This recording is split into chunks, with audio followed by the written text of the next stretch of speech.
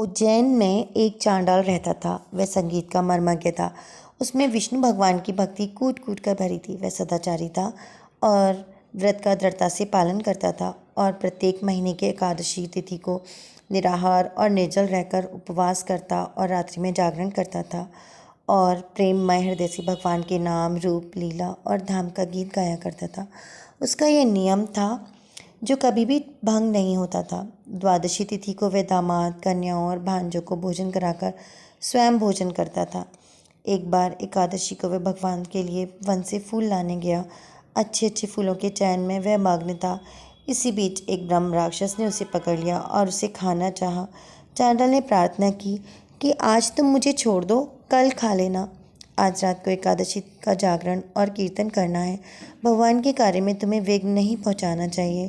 कल सवेरे मैं घर न जाकर सीधे तुम्हारे पास पहुंच जाऊंगा। मेरी बात पर विश्वास करो। विश्वास के लिए मैं शपथ भी खाता हूँ। चांडाल की शपथ पर उसे विश्वास हो गया। उसने उसे छोड़ दिया। चांडाल फूल लेकर भगवान विष्णु के मंदिर पर आया। पुजारी ने उसके हाथों से फूल लेकर जल से छींटा देकर भगवान को अर्पण कर दिया। चांडाल मंदिर के बाहर बैठकर भगवान को संगीत सुमन भेंट करने लगा। प्रातःकाल होने पर वह अपने वचन को सत्य करने के लिए ब्रह्म राक्षस के पास पहुंचा। विस्मय से राक्षस की आंखें विकसित हो गईं। चांडाल ने नम्रता से कहा, राक्षस, अपने वचन के अनुसार मैं अपना शरीर तुम्हें अर्पण करने आया हूँ और इससे तुम अपनी क्षुधा मिटा लो। राक्षस ने उसके रात्रि भर का कार्यक्रम सुना और कहा, तुम अपनी रात्रि चढ़ने का पुण्य हमें दे दो, मैं तुम्हें छोड़ दूंगा। चांडाल राजी नहीं हुआ। उसने राक्षस ने एक पहर जागने के पुण्य का फल मांगा।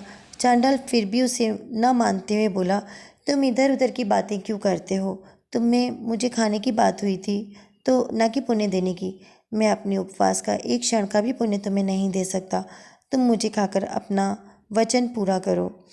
राक्षस गिड़गिड़ाकर बोला, तुमने जो अंतिम गीत गाया था मुझे केवल उसी का पुण्य दे दो। इस पर चांडाल ने शर्त रखकर कहा कि यदि आज से तुम किसी प्राणी को न खाओ तो मैं तुम्हें अंतिम गीत का पुण्य अर्पण कर दूंगा। ब्रह्म राक्षस ने उसकी शर्त स्वीकार कर ली। इससे प्रभावित होकर चांडाल ने उसे अंतिम गीत के फल के साथ साथ आधे मुहूर्त के जागरण का भी फल दे दिया। फल प्राप्त करते ही राक्षस में शांति और उदारता की भावना भर गई और इस घटना से चांडाल के मन में वैराग्य हो गया और वह अपनी पत्नी का भार पुत्रों पर रखकर पृथ्वी माता की परिक्रमा करने लगा और अंत में परम गति को प्राप्त हुआ। जय श्री कृष्णा।